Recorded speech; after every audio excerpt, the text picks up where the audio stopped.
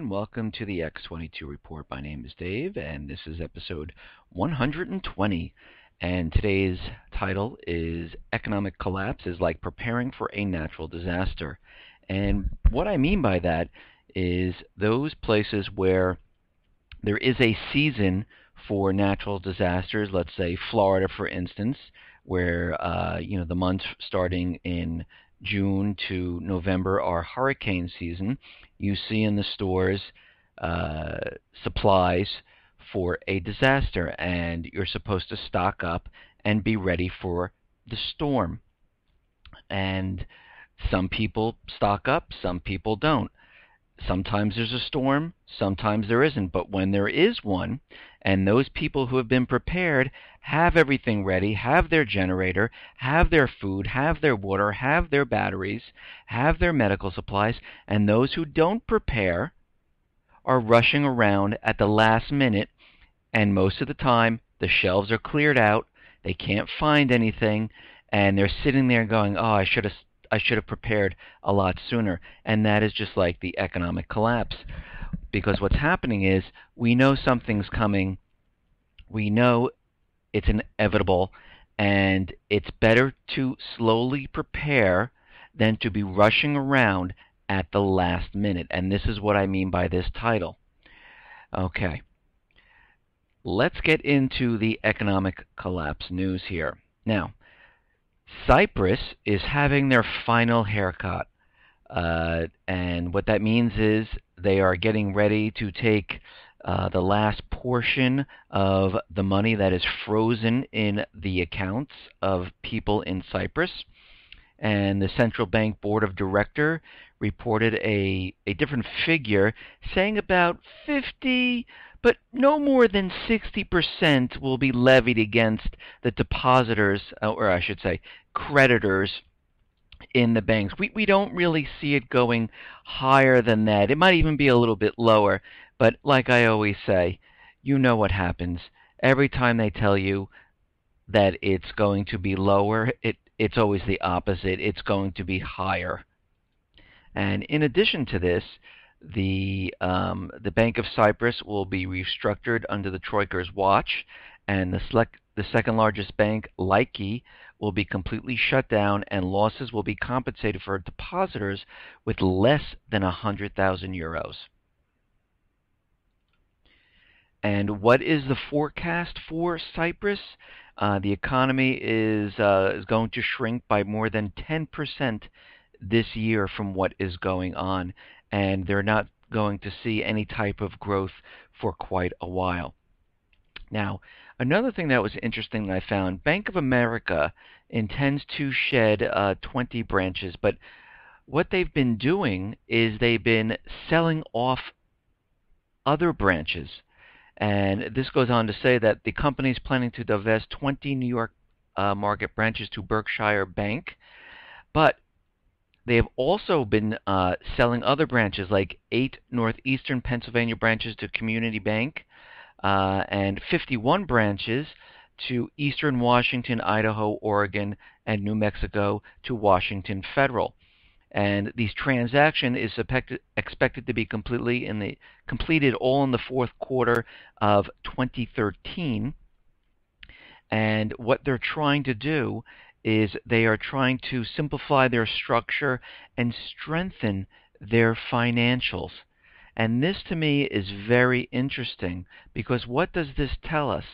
Does this tell us that the bank is not strong enough to weather the economic collapse that is coming? I don't think any of the banks are. And just from this, where it looks like they're trying to raise quite a bit of money, because they're selling all these branches and they're receiving 11 million from this sale, 20 million from that sale, 32 million from this sale, and it looks like they are raising as much capital as they possibly can. Now, J.P. Morgan is going to explore strategic alternatives for its physical commodities business. And just today was announced that they're going to pursue strategic alternative for its physical commodities business, including its remaining holdings of commodities assets and its physical trading operations. And we're it looks like they're giving up the this part of their branch, and we have to remember that J.P. Morgan has been emptying their gold vaults, and I reported this on a couple episodes back, and they have reduced their gold holdings quite a bit, and it's very interesting that they are dumping this part of their business. And what's even more interesting is that the Wall Street Journal reports that the Department of Justice has opened an initial probe into the metal warehousing industry, and the Commodity Futures Trading Commission has also sent letters to some firms telling them to preserve documents in what is likely the beginning stages of an investigation of metals warehouse manipulation. And this is shocking, Goldman Sachs and J.P. Morgan. Interesting how J.P. Morgan emptied its gold vaults, is dropping its physical commodity branch of their business, and they are being probed in a metals warehouse manipulation investigation. And this just goes to show you that something is definitely going on. Bank of America is taking steps to build up its financials and to bring in cash. J.P. Morgan emptied its gold vaults. Now there's a probe going on, and they're selling off their branch. So something is definitely in the works. Something is definitely happening, and they're doing this quickly as of right now.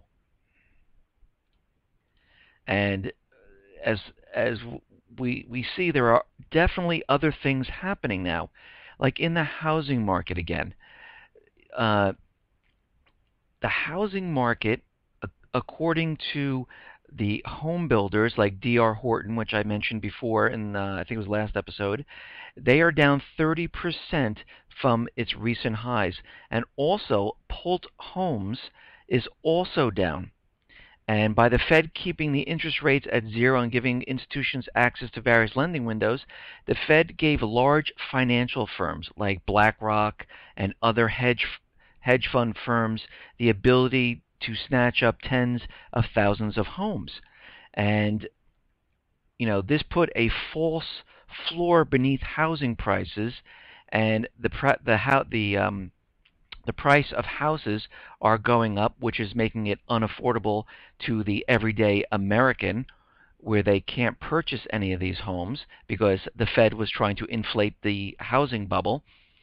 And the mortgage rates are going up. People are becoming unemployed or underemployed. And this fake housing boom is starting to fall apart. And the new home builders are starting to realize this. Mortgage applications are plunging. People are starting to switch to ARMs, which is a much lower interest rate for like 3 to 5 years. And this is very similar to 2007. It feels like we're having a replay or a deja vu of what is happening here. Now, as we know, the U.S. Debt ceiling just passed the $16.7 trillion by 38 million, and it doesn't really matter. The Congress has raised the debt ceiling 14 times now. The only way that they can keep the debt where it is they would have to shut down pretty much everything. Even with the sequester, where Obama went around carrying on, oh my God, this is you're not going to have fireworks, anything that had to do with the people. That's where they did the sequester, to show you that it's really affecting you. But what's funny is they had this sequester, but guess what? The amount of spending for everything else kept going up. The debt kept going up. It didn't even slow down. And even when they have this argument about cutting this, cutting that, the debt will continue to rise because the government is not bringing in enough revenue to cover the payments now, to cover all the programs, and to cover all the military actions that they're doing right now to set up for the upcoming war. And it doesn't matter. They can have all this argument they want. Guess what's going to happen? They're going to raise the debt ceiling, of course. They're going to get whatever thing they want. It's immaterial, and the debt ceiling will be raised, and that will be the end. And pretty soon we'll be talking about this when we hit 17.5 trillion. Just like in the beginning in 2008, it was at between 9 and 10 trillion. Now here we are. We talked about it when we were at 12, when we were at 14. Now here we are at 16.7. It's meaningless. Now, I've always said this, that on Fridays I've always noticed that the stock market always has to finish in a positive light. And today, Zero Hedge even put this on there, 100-point vertical ramp closes Dow green.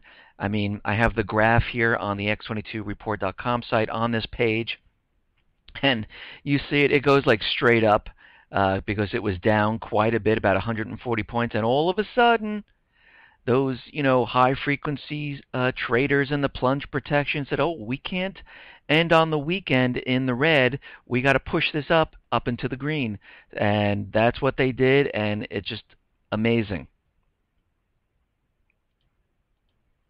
Now, central banks vote for gold due to sovereign and currency concerns. Very interesting. And guess what? Central banks remain net buyers of gold last month, as seen in the IMF data released. And what's interesting is that Russia, Greece, Ukraine, Kazakhstan, Kyrgyzstan, Belarus, China all increased their gold holdings. For instance, Russia now has the seventh largest gold holdings, and it just added another 9,000 ounces to its holdings. China doesn't really report it, but from all reports, they are continually adding because they are looking to be the reserve currency of the world, backed by gold, and they are continually adding gold to their stockpile. Now, I thought this was interesting. Mark Farber said he doesn't feel comfortable holding cash with banks. Let me tell you, neither do I, especially what's going on in Cyprus, especially with the FDIC Bank of England document that came out. And that is, for those people who want to read it, it's on my site. If you go to resources and a menu drops down, it says documents, you can go over there and I have it linked up there and you can read the document. And this basically says that instead of bailouts, they'll be doing bail-ins in England and in America. And also a lot of the banks that I've checked on, like Bank of America, Citigroup, Citibank, Chase, they have all changed their terms of service to include this in there, and everyone has been renamed as creditors instead of depositors, and they are just setting this up. And you have to remember, this document came out back in December of 2012, a couple of months before the Cyprus test, which is very interesting. But Mark Farber went on to say that I have an asset allocation and I don't feel comfortable holding cash with banks. I don't feel comfortable with any paper currency. So at all times, I want to have some of my money in metals. Whether it will go lower or not, that I don't know. Actually, my physical gold, I don't even value. I know that I have it, and whether it goes up or not, it doesn't change the fact of my decision to own it or to sell it. My decision is to, at all times, hold gold. One day, this financial bubble will have to adjust on the downside. It's either going to be through war or financial collapse. It will be very painful. And I've been saying this all along. There will be a war coming. This is the only way they can cover up this type of collapse that will hit the entire world. And we're seeing in Europe what is happening. It is just falling apart. And we saw this, if we compare this back to the Great Depression, we are seeing the same thing happen. It started in Europe. Europe was struggling. That's where, in Germany, they had that in Weimar, the inflation. We saw the buildup of Hitler and the Germans, and we saw many countries struggling. But again, when we look back at America, all eyes on the stock market. They were hitting all-time highs, and back then it was like 400 points were the all-time highs in America. But the rest of the economy, it was a disconnect, and the rest of the economy was completely falling apart during the same time.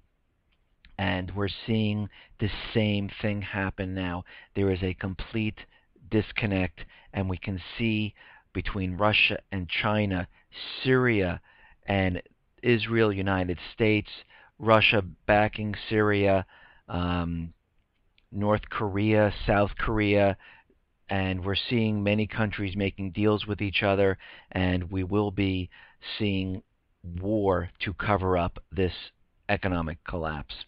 Now, what's interesting is that while America, the Empire of America, is waging war on all these different countries in the Middle East to maintain the dollar as the reserve currency, and they invaded all these countries, Lebanon, Libya, Egypt, Iraq, and they had overthrows one way or another, either troops on the ground or paid mercenaries to overthrow the government to put the U.S. dollar back as the reserve currency. They are waging war all over the place to keep everything intact. What China is doing, which is very interesting, instead of waging war, they're making deals with all these different countries. They're making deals with Australia.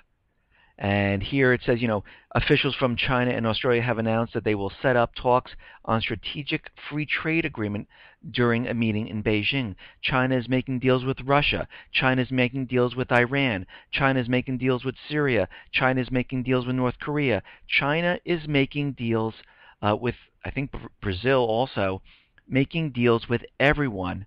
And they are using a strategic deal-making to become the next reserve currency. In the meantime, America is fighting everywhere just to keep the reserve currency. And look at the difference.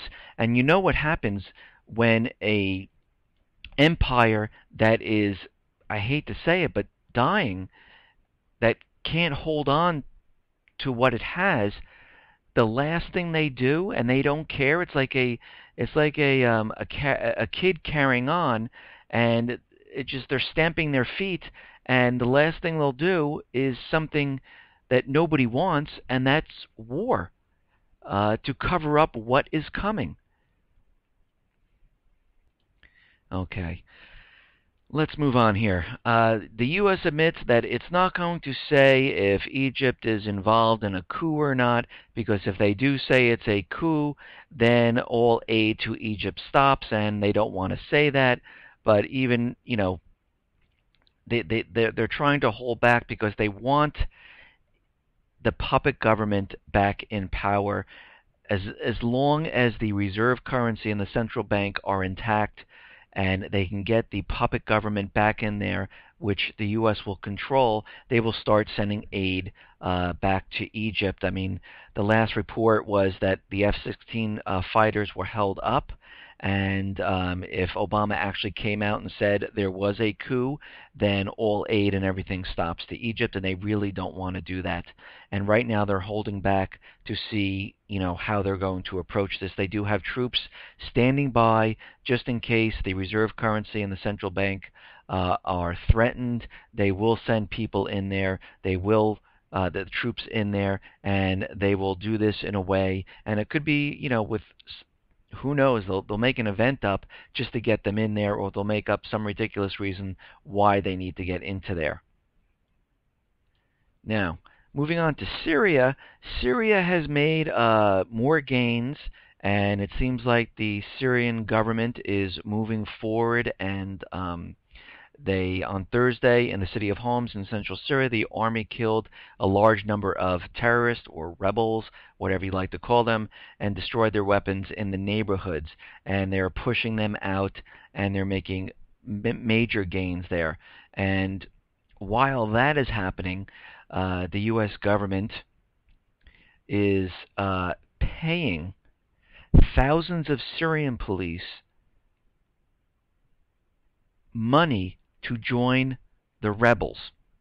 The United States has been paying thousands of Syrian police officers who deserted the regime of President Assad, officials said, and President Obama has approved tens of millions of dollars to pay the salaries of police officers who joined the rebels. Now, what's interesting here is we have tens of millions of dollars to send over to pay the salaries of the police officers who joined the rebels, but we have a sequester going on.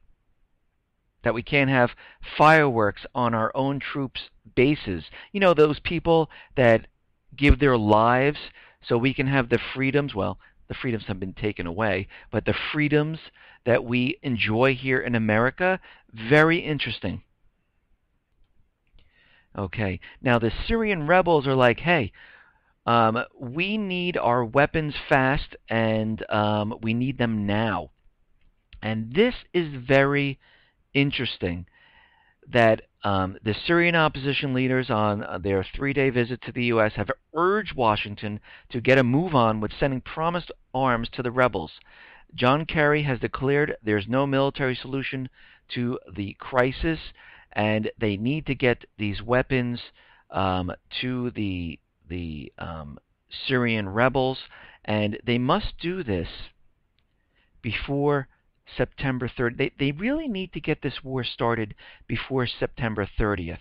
And the reason for this is because funding for the program will cease with the end of the U.S. fiscal year, which is September 30th.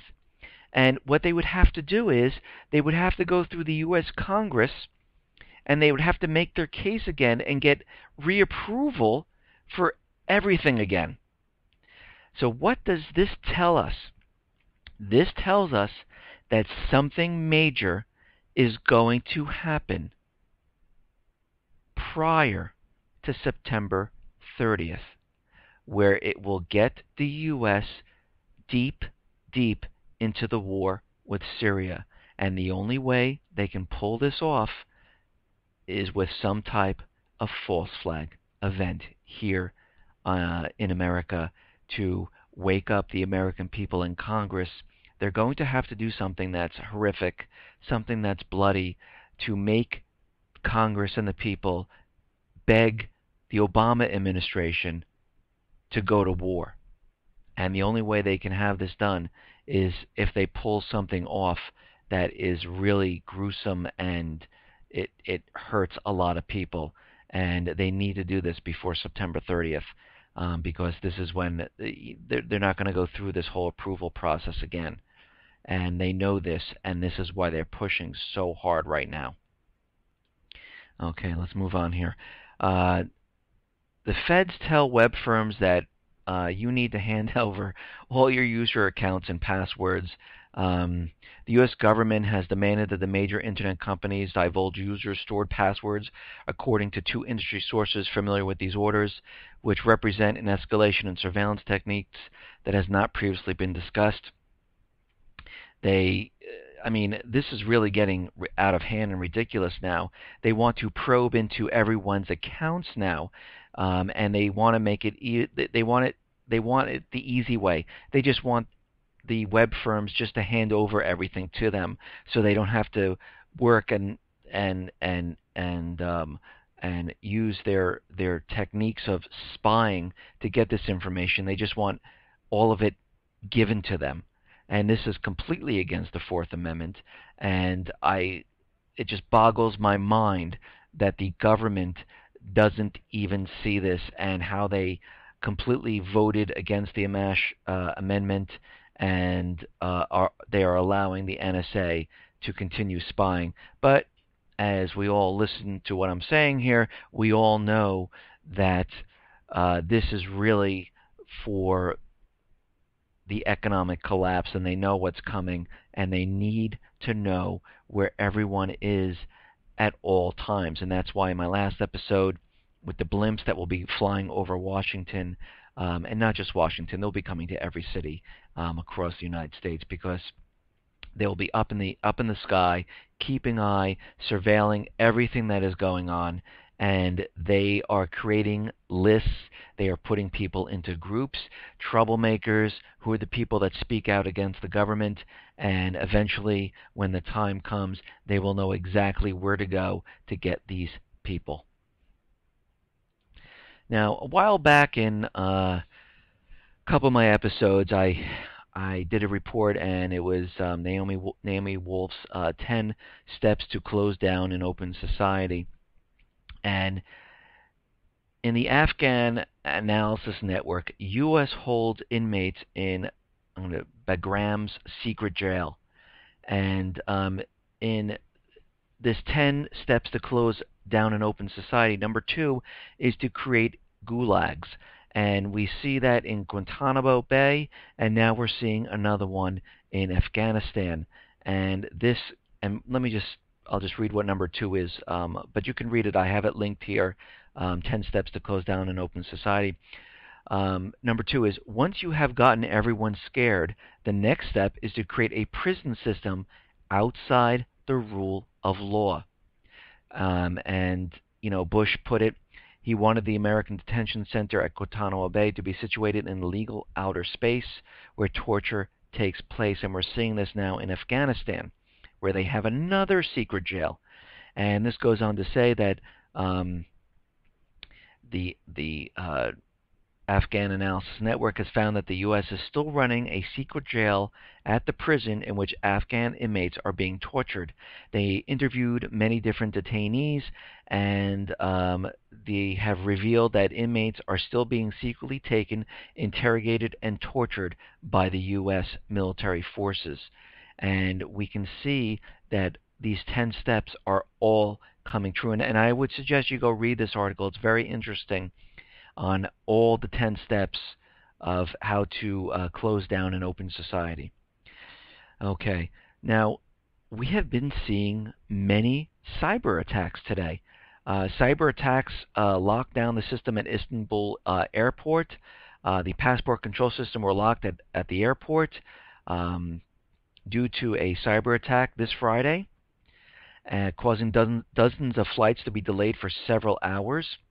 Hundreds of passengers, they had to stand in passport-controlled lines, and the system was just brought down.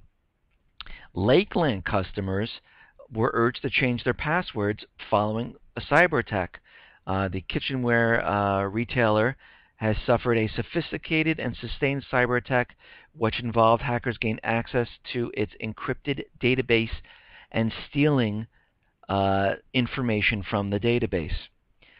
Also, at the Regions Bank website, debit card outages caused by cyber attack.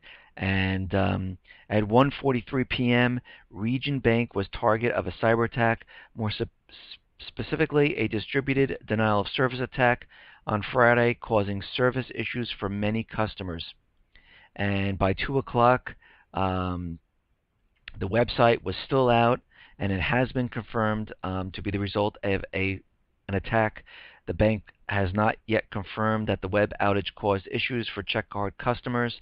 They are still looking into it. They do not know at this time if anything has been stolen or anything has been done. Now, there was another report that said researchers to show new ways to hack oil, gas, and water plants. Cybersecurity researchers next week will demonstrate how hackers can potentially wreak havoc on critical U.S. infrastructure, even causing explosions by altering the readings on wireless sensors used by oil and gas industry. And they went on to say in this report, we've got this cancer that is growing inside our critical infrastructure. They are vulnerable to outside cyber attacks. And the DHS issues warnings of cyber attacks and advisories on how to fix some of these flaws. And the department's industrial control systems cybersecurity arm responded to more than 200 incidents in critical infrastructure in the first half of the current fiscal year, more than in all of the previous years.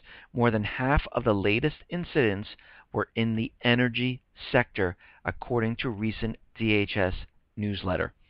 And we are seeing more and more of this, and what's going to eventually happen. And I know, I keep saying this, but all the evidence and everything that they're saying and the buildup and the propaganda throughout last year and this year is incredible, which is from all the evidence showing that they want everyone to know that when a cyber attack hits, it's an act of war by a country, by a sophisticated group of technically savvy people working in the government of a certain country. This is what they're trying to say. And they're also trying to say that they will attack, and it's going to be on the power grid, water system, banks, and the infrastructure. And when this happens, this will allow us to go to war. Panetta has said that a cyber attack is a virtual cyber Pearl Harbor, and it is an act of war. And this they are going to use as the main event. They will use this if all else fails. And when they use this as the main event, people will need to get prepared, because this will not cause the economic collapse. This will be a cover for it. If something happens and they can't get everything done the way they want, like for instance, the gun bill, the UN Arms Treaty, CISPA, all pending in the Senate, and there's only one reason you keep something pending is because you're waiting for something to happen, so then you can pull it out and say, we have it, here we go. If they can't get the war started in Syria, if the false flags do not work, they will rely on this cyber attack main event, the big one. There might be smaller cyber attacks, but there will be a big one. This is not to cause the collapse. This is to be a cover for it. So we might not have a collapse, but they will bring out the cyber attack because they will need to cover everything up, because they know it's coming. And by allowing another country, if you believe that, to cyber attack the United States and bring down the infrastructure, bring down and siphon off money from the banks, and this way they can say, look, this is why we collapse, and they can let everything go and let everything collapse. They have a cover. They have a story that the people will believe. Listen, everyone, I want to thank you for listening. There will be a news brief on Saturday. I